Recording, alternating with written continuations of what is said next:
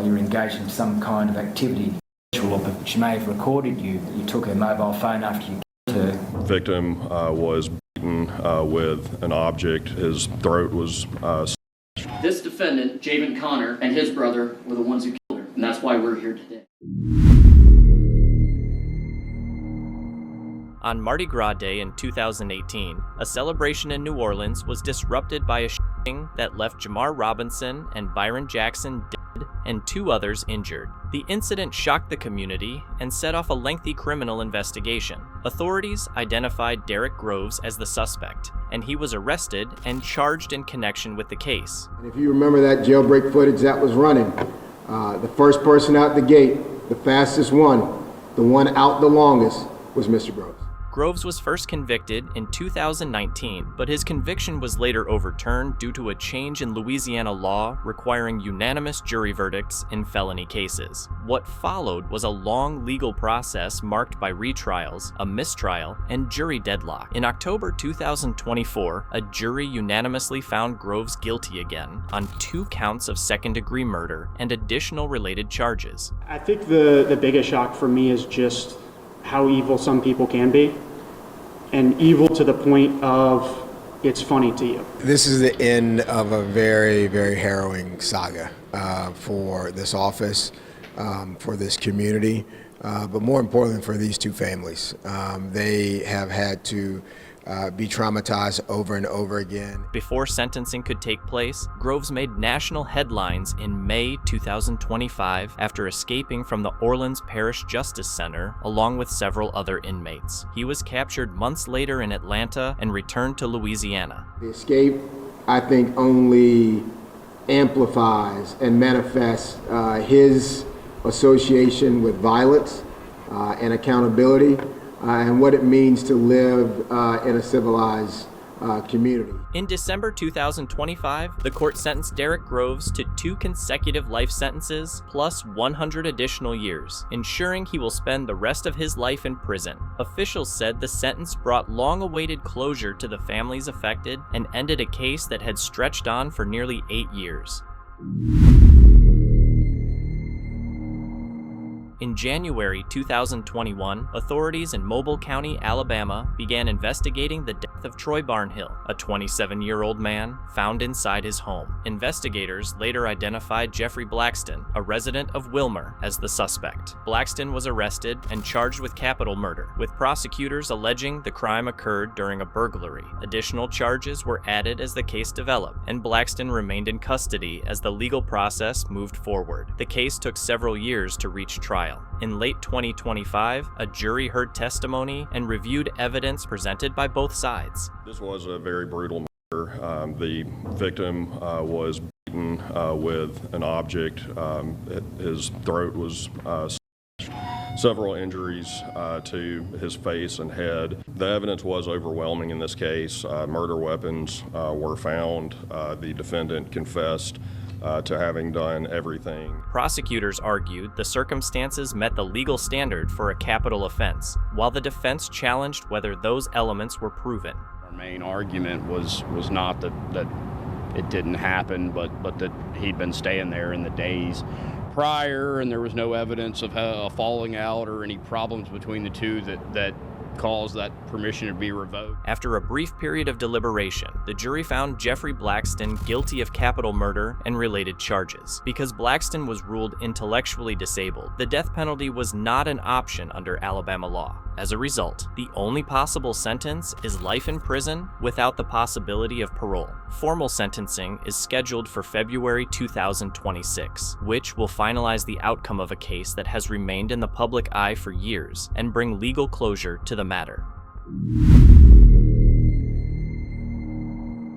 In October 2018, Toyah Cordingley, a 24-year-old woman from Cairns, Australia, went to Wangeti Beach to walk her dog and enjoy the quiet coastline. When she did not return home, her family became concerned. The next morning, her father went searching and made a heartbreaking discovery on the beach. The loss shocked the local community and triggered a large police investigation that would stretch on for years. During the investigation, police learned that Rajwinder Singh, a former nurse living in Queensland, had left Australia Australia shortly after Toyah's death and traveled overseas. The case remained unresolved for some time, but authorities continued working on new leads. Singh was eventually located in India, arrested, and extradited back to Australia in 2023. After a trial process that included an earlier jury deadlock, a later jury found him guilty of murder. You approached her while you were engaged in some kind of activity, sexual or perverted nature, and that she challenged you.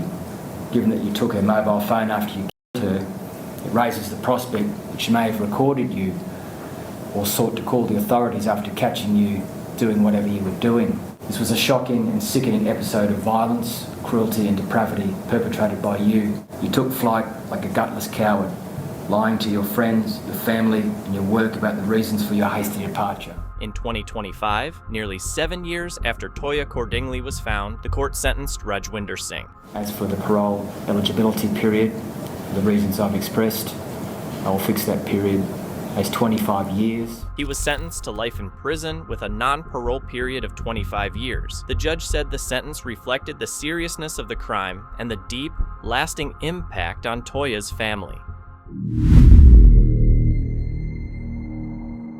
Jacqueline Avant, an 81-year-old philanthropist and the wife of music executive Clarence Avant, was killed during a planned break-in at her Beverly Hills home. Investigators later identified the suspect as Aariel Maynor, a man with a prior criminal record who had targeted the property as part of a robbery. After leaving the scene, Maynor traveled to another residence in the Hollywood area where he was later arrested by police. Authorities confirmed that he was on parole at the time and had previously been convicted of violent crimes. Maynor was charged with multiple serious offenses, including first-degree murder, attempted murder, burglary, and illegal firearm possession. He later pleaded guilty to the charges. During court proceedings, prosecutors presented evidence showing the crimes were planned, including recorded jail calls in which Maynor spoke casually about the case. First, I'd like to begin by extending my sympathies to the Avant family. They've suffered a tragic loss in this case, and if you had an opportunity to be in court today, I read a letter from one of their family members where they made it clear that Ms. Avant was not only a pillar to her family, but a pillar to this community. The Avant family asked the court for the maximum sentence, describing Jacqueline Avant as a pillar of her family and community. The judge sentenced Maynor to 190 years to life in prison, citing the severity of the crime and his criminal history, effectively ensuring he will spend the rest of his life behind bars.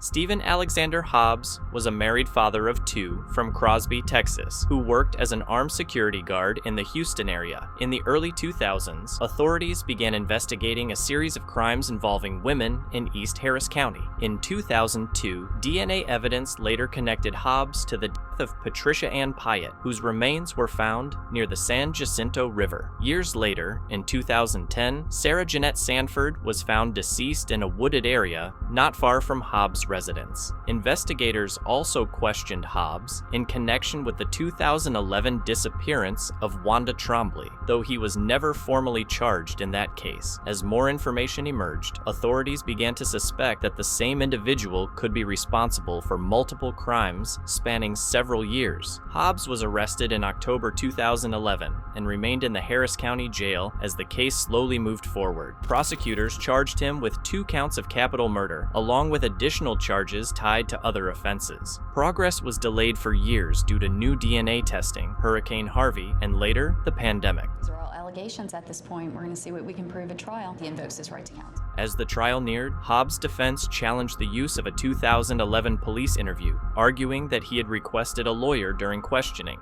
We don't believe he was clear at the beginning of the statement. Prosecutors disputed that claim, and the issue was taken under review. Been in the Harris County Jail for a very, very long time. It's definitely been a long time, and it's time for closure for all parties involved. In 2022, Hobbs chose to plead guilty rather than go to trial. He was sentenced to 2 consecutive life terms, bringing a legal conclusion to the long-running cases involving Patricia Pyatt and Sarah Sanford.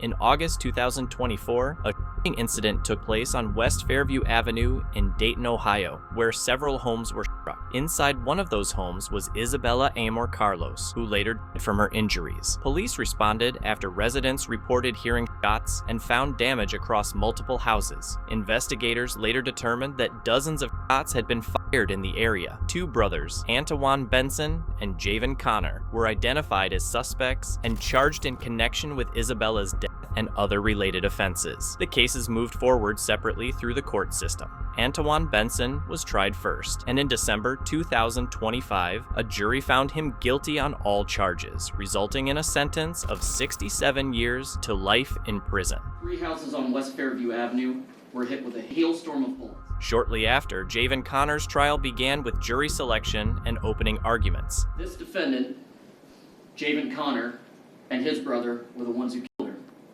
and that's why we're here today. Once we've presented our case, our witnesses, all of our exhibits, you will have everything you need to find this defendant guilty of each and every one of those charges. Prosecutors said they would present evidence placing him at the scene, while the defense argued there were unanswered questions and raised concerns about motive. That's the problem with this case, folks. Is there a reason why this was done? The state doesn't have to prove it, but you gotta wonder, as you hear the evidence, if that doesn't make you realize that there is some reasonable doubt here. After hearing the evidence, the jury later returned a guilty verdict. His sentencing hearing was scheduled for January 8, 2026 in Montgomery County Common Pleas Court. In early December 2025, police responded to an incident at a taco truck on West Dena Drive in Houston's Greens Point area after the operator failed to return home late at night. Officers later found 36-year-old Yadua Barraza Hernandez unresponsive at the scene, and he was pronounced dead. Investigators determined that 2 individuals had approached the food truck shortly before the incident, and evidence suggested the encounter was connected to a robbery. Following the investigation, 24-year-old Angel Adonis Salvar James was arrested and charged with murder. His case became notable because it was among the first in Harris County to fall under a new Texas constitutional amendment that allows judges to deny bail in certain violent crime cases. People of Texas are sick of turning on their TVs every night and seeing that innocent members of our community have been taken from us. Our bar is clear and convincing evidence to show that somebody is a threat to the community, and we can show that not just with the history of the defendant, not with just proof of flight in other instances, but also the nature of the allegations themselves. During a court hearing, prosecutors presented surveillance footage, witness testimony, and portions of a police interview, arguing that Salvar James posed a risk to the community. Obviously, I didn't like it very much, but at the same time, we don't know the facts and circumstances surrounding that interview. If you noticed, in public record, you see him with some sort of injuries on his face. We don't know if those impacted him in any way. There's an ICE hold. He's not going to be going anywhere. He's going to be sitting right here in Harris County Jail until this case is complete. The defense countered that he was not a flight risk. After reviewing the evidence, the judge denied bond, ordering Salvar James to remain in custody as the case proceeds through the courts. In 2025, Westlake Police began investigating reports that residents at Rayanne Suburban Nursing and Rehabilitation were experiencing unauthorized use of their personal information and credit cards. Families raised concerns after noticing unusual charges connected to accounts belonging to elderly residents. Detectives worked for several months, reviewing financial records and surveillance footage to identify a possible source of the activity. The investigation led authorities to Sheila Villanueva, a state-tested nursing assistant employed at the facility at the time. In August, the nursing home conducted an internal review and terminated her employment. A grand jury later indicted Villanueva in November on 14 felony counts, including identity fraud and receiving stolen property, involving at least 8 residents. She was arrested and appeared in Cuyahoga County Common Pleas Court, where she pleaded not guilty. The problem is to believe that she's going to plead today or tomorrow, and she does have a sister who is providing her money, but we've asked that she be held until she surrenders her passport. I'm also going to order that the passport be surrendered as well as that of the child for which it has been that she acquired a passport for, and I'm going to ask that she be detained until such passport is surrendered. The judge ordered conditions, including no contact with the alleged victims, surrender of passports, and a DNA sample. Villanueva posted a $2,500 bond and is scheduled to return to court in early January 2026 as the case proceeds. On the evening of April 28, 2024, David Perez and his wife, Jackie, were driving home after a family gathering. It had been a normal, happy day, and they were heading south on Interstate 77 in Cuyahoga Heights, unaware that their lives were about to change forever. At the same time, Ian Rich followed their vehicle onto the highway. As the cars traveled at speed, Rich opened fire at the couple's truck. David Perez was fatally wounded. Jackie Perez was also injured, but managed to keep control of the vehicle and bring it to a stop, preventing further harm to herself and other drivers on the road. Emergency responders arrived shortly after. David Perez was pronounced dead from his injuries. Jackie survived and was taken to the hospital, physically wounded and deeply traumatized by the attack. Police quickly launched a search for the suspect. Ian Rich was located later that night and taken into custody without further incident. Investigators later confirmed that the couple did not know Rich and had never interacted with him before that night. In the months that followed, the case moved through the court system. Prosecutors filed multiple charges related to the shooting, including involuntary manslaughter, attempted murder, and firearm-related offenses. Rich was held on a high bond as the case proceeded.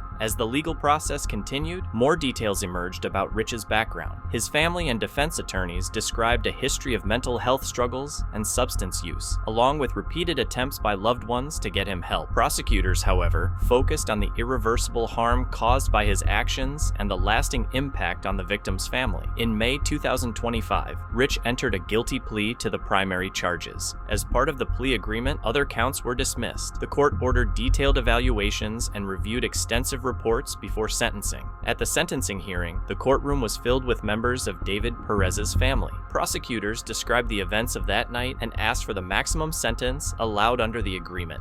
The court correctly recited the plea agreement in this case, and I'll just remind the court that the agreed upon sentencing range that was also part of that plea was that this court would sentence the defendant to a term of incarceration of either 35, 36, 37, 38, 39, or 40 years. And the state of Ohio is here today asking you to impose that 40-year sentence, and I know it's a sentence that the Perez family would like you to impose as well. The defendant's actions on April 28th of last year are just, quite frankly, unspeakable. To follow Jackie and David as they got onto the highway and with his top down and unleash gunfire as they're traveling down the highway at a high rate of speed, it's miraculous that no one but David lost his life that night. And the strength and courage that Jackie Perez has shown, not only in the moments as her husband is dying in that truck, to get it under control, to stop it on that highway, to be sure for her own safety and the safety of other motorists, is nothing short of miraculous. And the fact that she's been able to get up every day and deal with this and deal with the loss of her husband speaks volumes.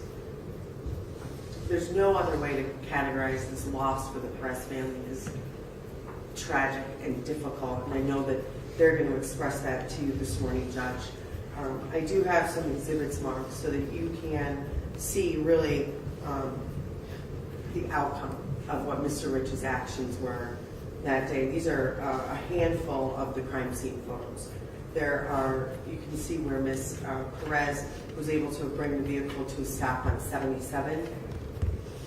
You can see the 6 bullet holes in the driver's side window that went through there and ended up causing 4 fatal gunshot wounds to David and also struck Jackie in the arm. So I'll give these to the court. They're marked as State's Exhibits 3 through 27. Victim impact statements were read aloud, detailing the emotional loss, trauma, and permanent changes the family now lives with every day. Jackie Perez addressed the court as both a survivor and a widow. She spoke about losing her husband of nearly 26 years, the fear she still carries, and the future they had planned together that was suddenly taken away. Honorable Judge, we come before you today to express our deep, profound grief and sadness of the loss of our brother David and the physical and emotional harm to our sister-in-law Jackie. We understand that nothing that happens in this room today can ease the pain that we as siblings endure day after day. We struggle immensely in the absence of David. Making this senseless murder more difficult is watching our sister-in-law, David's wife, and our parents trying to come to grips with what happened. The cowardly actions of Ian Rich on April 28, 2024 will forever be etched in not only in our minds, but in the minds of David's niece, nephews, and many of his friends that loved him dearly. The emotional toll on our family is immense, and we are all dealing with the death of David in our own ways. We know that this has also taken a toll on our children as they grieve the loss of their Uncle Dave. Judge, we trust that the sentence you impose will ensure accountability and most of all justice for our brother David.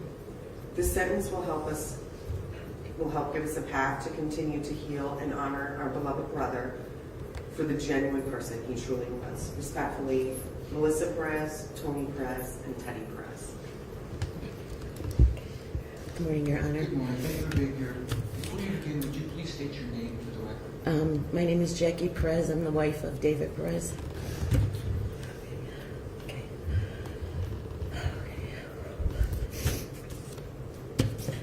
I'm writing to you today as the wife and widow of Dave Perez, who was tragically murdered on April 28, 2024 by Ian Rich. I am deeply affected by the loss of my husband and feel compelled to share the devastating impact this crime has had on my life and the lives of our family. Ian Rich not only took away Dave's life, but he took away the love of my life. Dave was a loving husband, son, brother, and uncle who brought joy and laughter to everyone who knew him. His absence has left a gaping hole in our lives, and the pain of his loss is indescribable. Since the homicide, I have experienced emotional and physical anxiety. Loud noises terrify me. I have difficulty sleeping and the constant grief I face every day. The trauma of this crime has left our family mentally drained. Dave was my whole world. We did everything together. We would have been married for 26 years. He was always happy and made everyone laugh. We were supposed to be leaving in 4 days for vacation before this tragedy happened. We had our lives planned to retire in 3 years, and now all those plans had to be changed. I have to learn to live without him every single day, taking on all the house maintenance and financial responsibilities myself. It has been a rough road, one that I will have to learn to live with for the rest of my life. I believe that Ian Rich must be held accountable for his actions and that a just sentence is crucial to provide some form of closure for our family. I urge the court to consider the severity of this crime and the profound impact it has had on our lives when determining the appropriate punishment. I am asking the court to impose a sentence of 40 years or more for this heinous crime. Thank you. Thank you very much. How are you doing? You were shot as well? I was shot in the arm. Yeah. How are you doing? I'm okay. Thank you for being here. Thank you.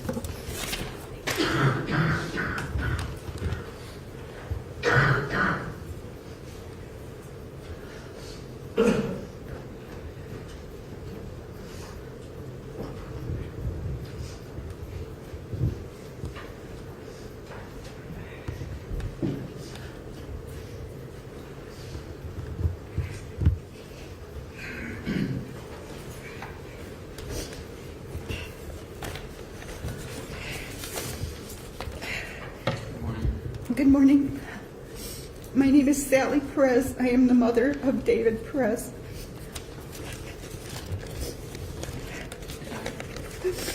Your Honor, April 28th of 2024 started out as a beautiful Sunday. Dave and his wife Jackie, along with his brothers and sister, planned a surprise 75th birthday party for my husband at Harry's Steakhouse. The party was a huge success, with family, friends, and neighbors all participating. David was so excited that they were able to pull this off because it's hard to get anything past my husband. After the party, Dave and Jackie came back to our house to see what gifts my husband received. We all joked about how many lottery tickets Ted got. A little after 9, David and Jackie left to go home because of work the next day. After a few minutes, that is when the biggest nightmare of our lives happened. The devil next door followed Dave and Jackie, waiting for them to get on the freeway, then shooting them as they drove, killing Dave and wounding Jackie, 2 people that had never even spoken to him, never even talked to him. Dave and Jackie had a beautiful marriage of almost 26 years. They did everything together. Please, Your Honor, I am asking you to impose the maximum sentence of 40 years to the devil that took our son from us. My heart as a mother will never heal, and as far as I'm concerned, no amount of time he would get would be enough for me. Thank you.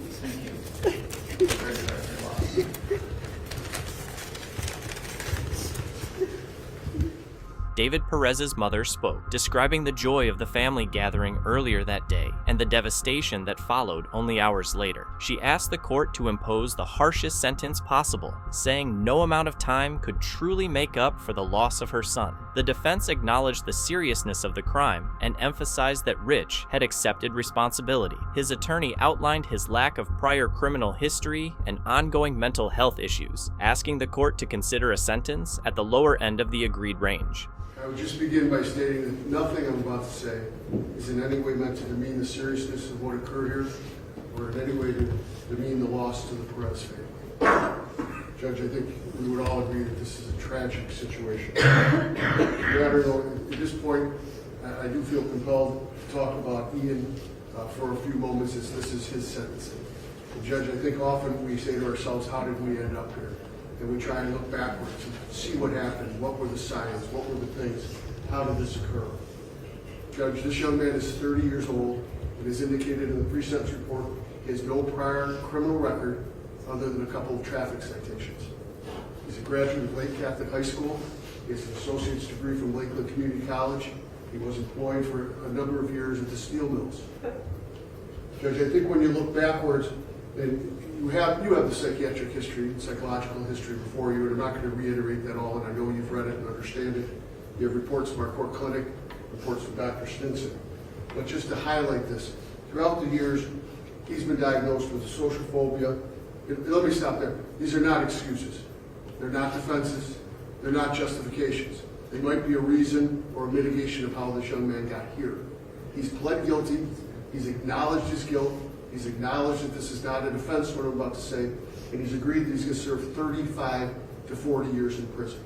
So I just want to be clear, we're not trying to make an excuse. But he has been diagnosed with social phobia, persistent mood disorder, anxiety disorder, psychosis, ADHD.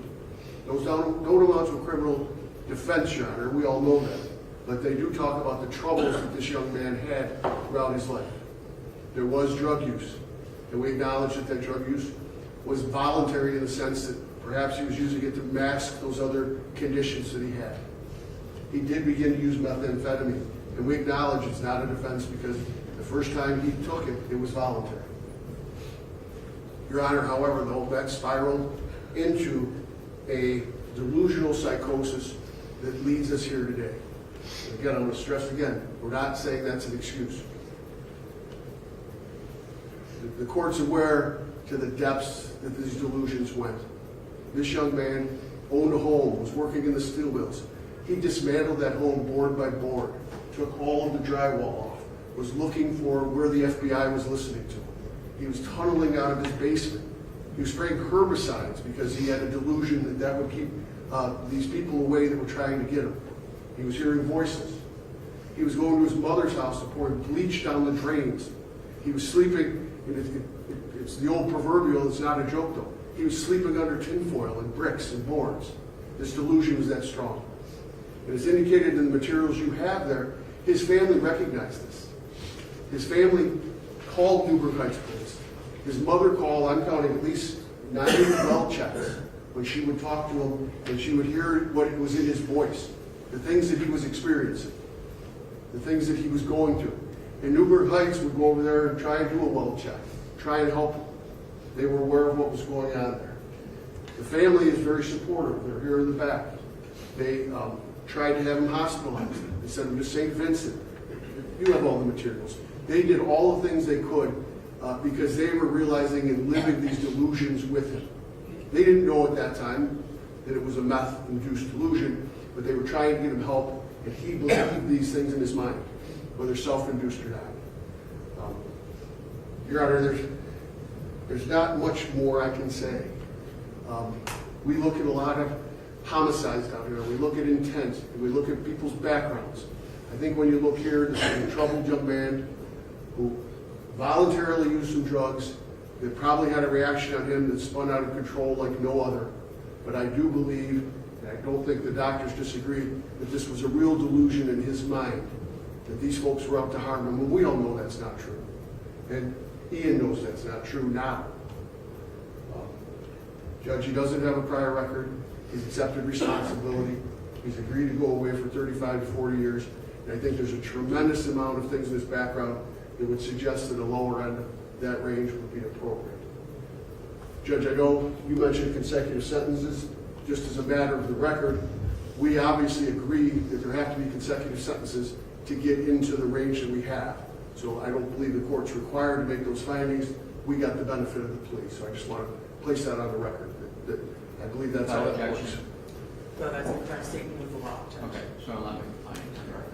Your Honor, at this time I know you would like to make a brief statement. Mr. Rich. I'm deeply sorry. Thank you. After reviewing all evidence, reports, and statements, the judge addressed the court. He explained that while mental health factors were considered, expert evaluations showed the defendant's condition at the time was largely substance-induced. The judge stated that the sentence must reflect the severity of the crime and its impact on the victims. And the court will make a sentencing decision that is commensurate with and not demeaning to the seriousness of the offense and its impact upon the victims, and consistent with sentences imposed for similar offenses committed by similar offenders. I rattled through a number of documents that I read in trying to come up with what is a just sentence within this range. And as Mr. Shaughnessy stated, you try to make sense of things, and this doesn't make any sense. And I'm very sorry for the victim's family as well as the defendant's family. Clearly, there was some psychosis going on. Weighing the pre-sentence investigation, the court psychiatric clinic, and the Stinson Associate report, what I was looking for was some kind of something that would, for mitigation factors, something like a history of schizophrenia, something of that nature. And I think in trying to resolve what really happened here, I'm landing on this paragraph from the court psychiatric clinic report, which says, regarding psychosis, Mr. Rich's reported symptoms were inconsistent with genuine psychosis and reflective of substance-induced psychosis for several reasons, including but not limited to, and then the court psychiatric clinic gave me 5 reasons why this was not psychosis other than substance-induced.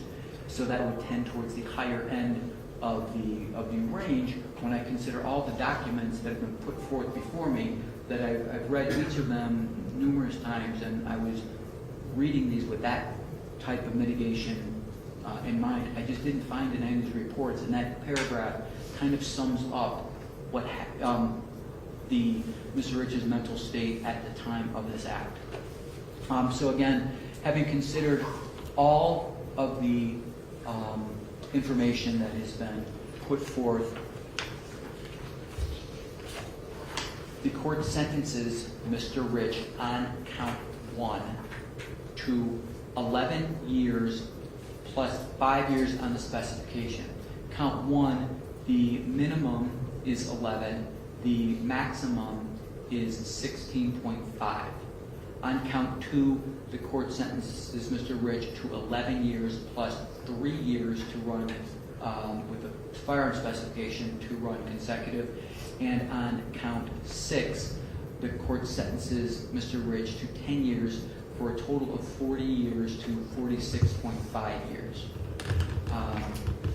45.5 years. My math was wrong, just Okay. 46.5. 46.5 years. Upon release, because this is a felony, the highest felony is a felony of the first degree, you will be subject to a mandatory term of post-release control of 2 to 5 years. While on post-release control, if you were to violate the terms of post-release control, the Adult Parole Authority has the authority to return you to prison for up to 1/2 of the original sentence imposed. If you were convicted of an additional felony while on post-release control, the sentencing judge in the subsequent case can impose an additional term of 1 year or whatever time remains on post-release control, whichever is greater. Finally, while on post-release control, if you were to fail to report to your supervising officer, you could be charged with escape, which is a felony in the state of Ohio. You will be given credit for the number of days that you spent in local incarceration. Would we give that number? Number of local days, jail days? We'll determine that number, and that will be, you will be given credit for any days that you spent locally.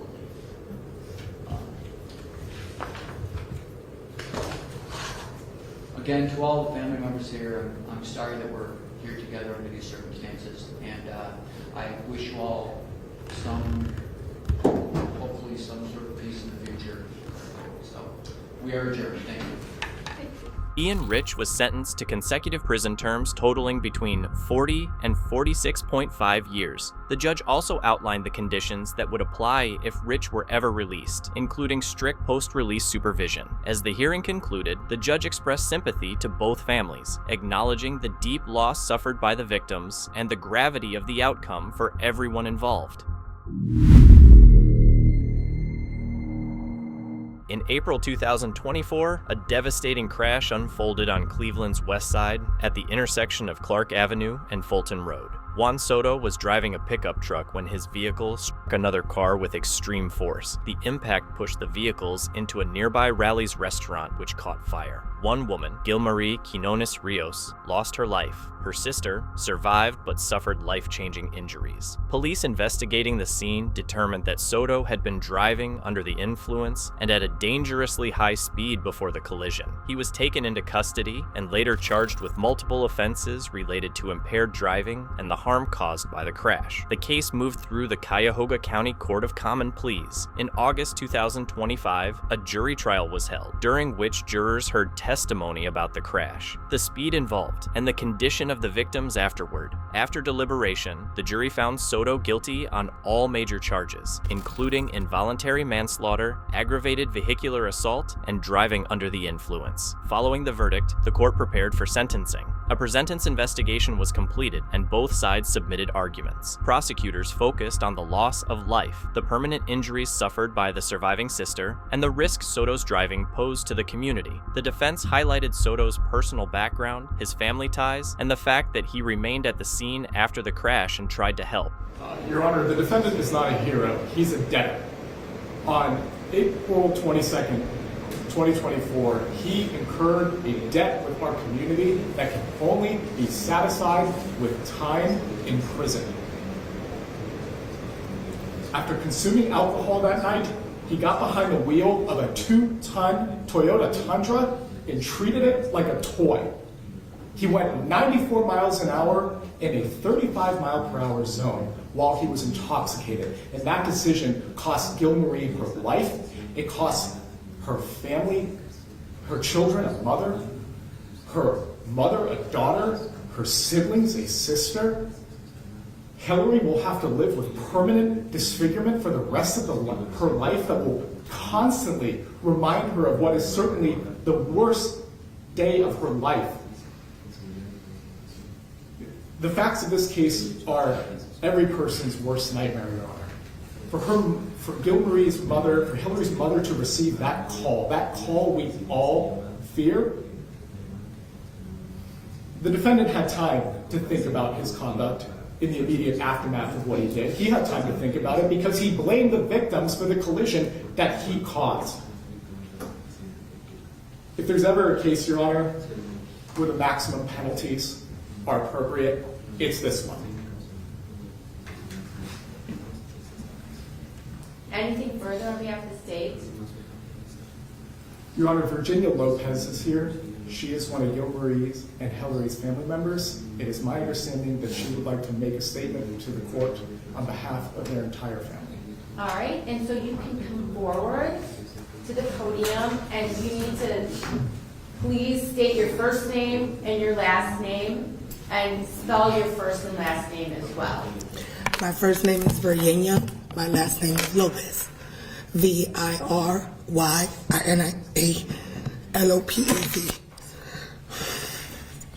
On behalf of my family, I would like to ask you to give this gentleman the max. We grew up with him, and all because of a simple wrong choice of getting in your vehicle while you were drinking. My niece that is 3 years old will not have a mother. My nephew that is 12 years old will not have his mother. And my 20-year-old nephew is struggling right now as we speak with suicide and depression due to his actions. He will get to see his daughter and family again. He will never get to see her again. And I also have another cousin who has scars and has to look into the mirror every day due to his actions. So on behalf of my family, we just ask that you please give him the max.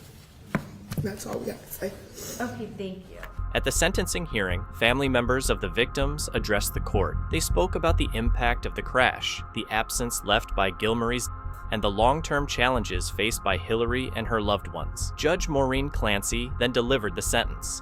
All right, well, Mr. Soto, I have a few things that I would like to say as well.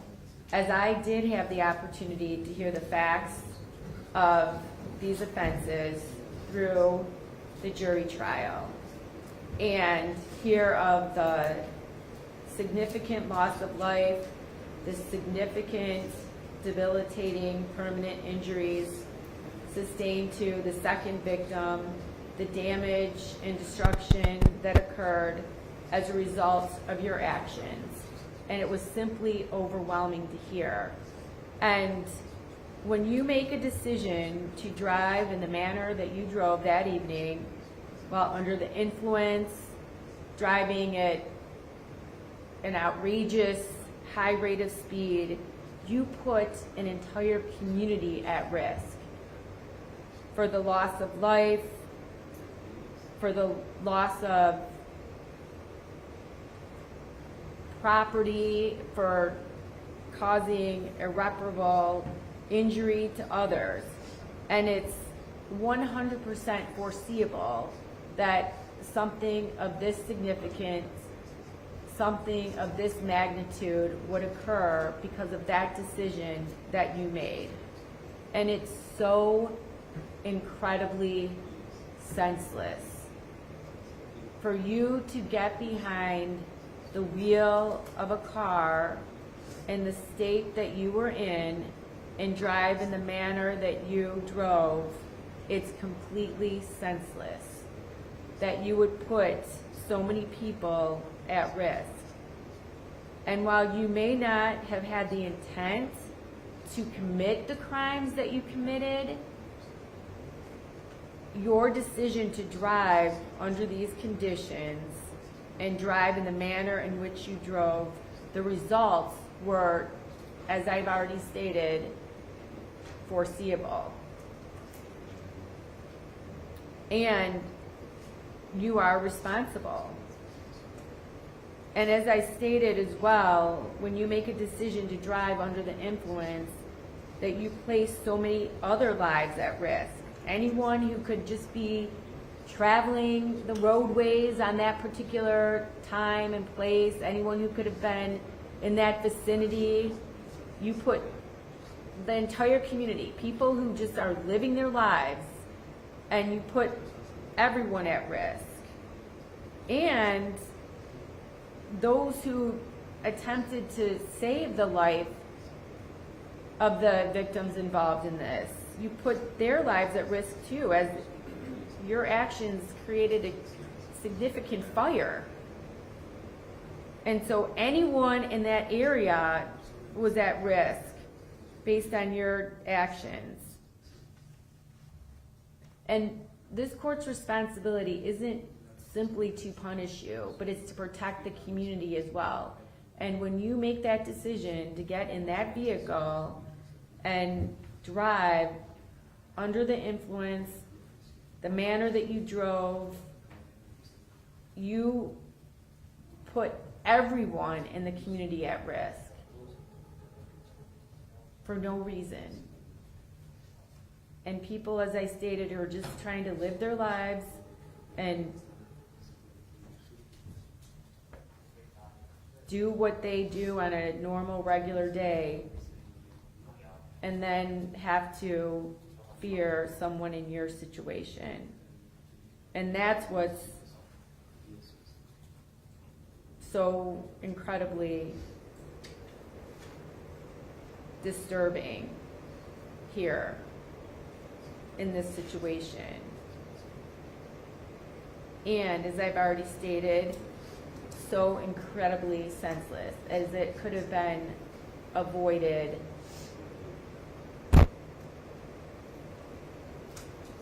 in so many different ways. And so, as I stated, while you may not have meant to injure your friends or your associates, your acquaintances in the way that you did, your behavior and the results that occurred as a result of your behavior was clearly a foreseeable incident. As I've already stated, count 1 is subject to Reagan Tokes. That means that the court will impose an indefinite prison sentence with a minimum sentence and a maximum sentence.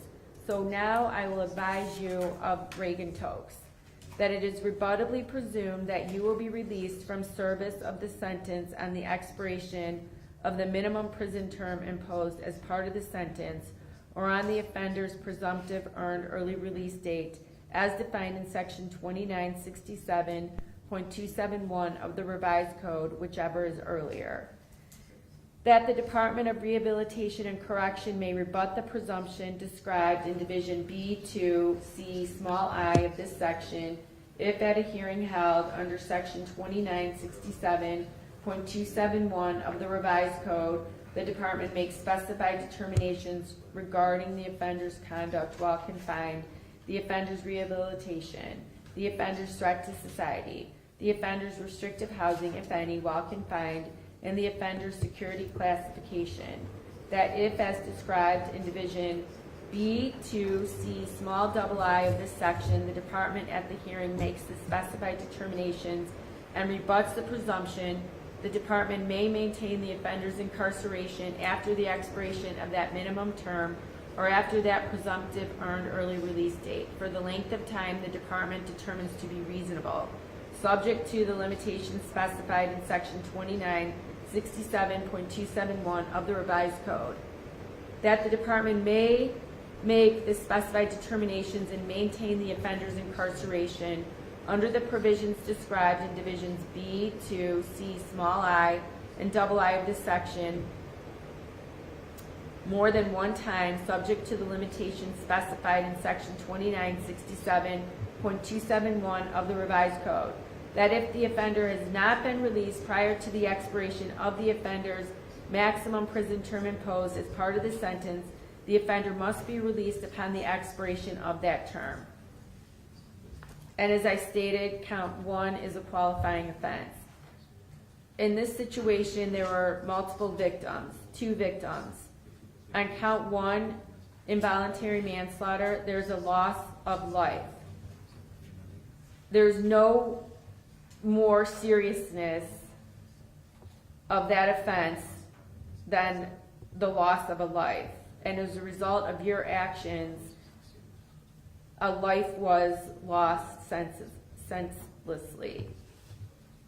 And as I stated, multiple victims were involved in this. On count 4, as the state's elected that you be sentenced on aggravated vehicular assault, a second victim who suffered permanent, irreparable physical injury, not to mention the emotional injury of being involved in such a horrendous accident that caused this fire, and she sustained significant burns to her body. So, in considering all of the relevant seriousness and recidivism factors, ensuring that the public is protected from future crime and that you are punished, and there is no sentence that I can impose that would ever change what occurred on that particular day and would ever make anything, would ever be able to go back to what was prior to this happening. And again, as I've stated, that this court's responsibility isn't just to punish you, but it's to protect the community. And obviously, as a result of your behavior, your actions, the community needs to be protected, as you put so many people's lives at risk, not to mention the ones who significantly suffered as a result of your behavior. So on count 1, involuntary manslaughter, a felony of the first degree in violation of 2903.04A, I am a felony of the first degree, I'm imposing a prison sentence of 10 years. On count 4, aggravated vehicular assault, a felony of the third degree in violation of 2903.08A1A, I'm imposing a prison sentence of 3 years. On count 7, driving while under the influence of alcohol or drugs, a misdemeanor of the first degree in violation of 4511.19A1A, I'm imposing a jail sentence of 6 months to be served in the Cuyahoga County Jail. Going back to count 1, since it is subject to Reagan Tokes, the minimum sentence on that count is 10 years. The maximum sentence on that count is 15 years. That is just on count 1. Count 1 and count 4 will run consecutive to one another. Count 1 and count 4 run consecutive to one another, and they will run concurrent to count 7. And again, based on the case law that the court reviewed, count 7 is going to, the court is imposing a sentence on count 7. And I'm finding that the court may impose a concurrent sentence to counts 1 and 4. So the total sentence, as it is an indefinite sentence pursuant to Reagan Tokes, as count 1 is the qualifying offense, as the court is running counts 1 and count 4 consecutive to one another. So the minimum sentence is 13 years. The maximum sentence under Reagan Tokes is 18 years. On count 1, I'm suspending your license for your lifetime. I'm also adding 6 points to your license as well. Now I'm going to make a finding of consecutive sentences. I find that a consecutive prison sentence is necessary to protect the community and to punish you. It's not disproportionate. I find that the harm is so great or unusual that a single term does not adequately reflect the seriousness of your conduct. And your criminal history shows that a consecutive sentence is necessary to protect the public as well. I also find that at least 2 of the multiple offenses were committed as part of 1 or more courses of conduct, and the harm caused by 2 or more of the multiple offenses so committed was so great or unusual that no single prison term for any of the offenses committed as part of any of the courses of conduct adequately reflects the seriousness of your conduct. Here in this situation, there are 2 victims, a life lost and another victim who sustained significant, permanent, disabling injuries that were so significant to warrant a consecutive sentence. And again, these were 2 individuals who were living their life traveling on a roadway and encountered you and your behavior behind the wheel of a car, being under the influence of alcohol and driving at a rate of, I believe the testimony was, in excess of 90 miles an hour. For those reasons, a consecutive sentence is necessary. In addition, when I review your record, it also supports a consecutive sentence. In 2014, you pled no contest to open container, and you were found guilty of that. In 2014, you were found guilty by a jury of, it appears, rape. And then you have this offense. There was also an offense that may have been in Puerto Rico from 2010, resisting officer. I'm not sure what occurred as a result of that, as there's no further information. Also, as I stated, the court reviewed your pre-sentence investigation report as well, and all of the information in there. Your license had previously been suspended once from the information that I read as well in your pre-sentence investigation report. Also imposing the sentence, I did have the opportunity to review the letters that were prepared on your behalf. And so that's why I believe the sentence that the court imposed is consistent with the facts of this case, what the court heard throughout the trial, the significant injury, the loss of life, and on your criminal history as well. So as I stated, the court is imposing a lifetime suspension of your driver's license on count 1 and 6 points as well. On count 7, as I stated, I'm imposing a jail sentence of 6 months in the Cuyahoga County Jail. On that count, I'm fining you $375. On that count, your license is suspended for 3 years. And as I stated, count 7 runs concurrent to counts 1 and count 4. The prison sentence imposed on count 1 and count 4 runs consecutive to one another. And just so it's clear, as count 1 is subject to Reagan Tokes, the court is imposing a prison sentence of 10 years. That is since it is an indefinite sentence, that is the minimum sentence on count 1. The maximum is 15 years. And as the court has run count 1 and 4 consecutive to one another, the total prison sentence is a minimum sentence of 13 years and a maximum sentence of 18 years. I'm going to waive fines. I'm ordering that you pay court costs. You may perform court community work service in lieu of costs. Now, I will advise you of post-release control. As part of your sentence, since you are being sent to prison, you are subject upon your release from prison to a period of post-release control to be supervised by the adult parole authority. For you, for a felony of the first degree, as in count 1,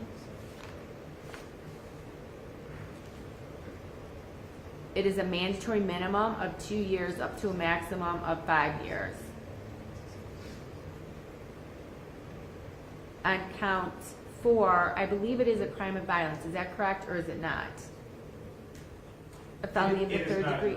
Okay, so on count 4, it is up to 2 years at the discretion of the parole board. If you violate any post-release control rule or condition, you are subject to a more restrictive rule or condition, a longer duration under supervision, or you could be sent back to prison even though you've done all of the time to which you've been sentenced.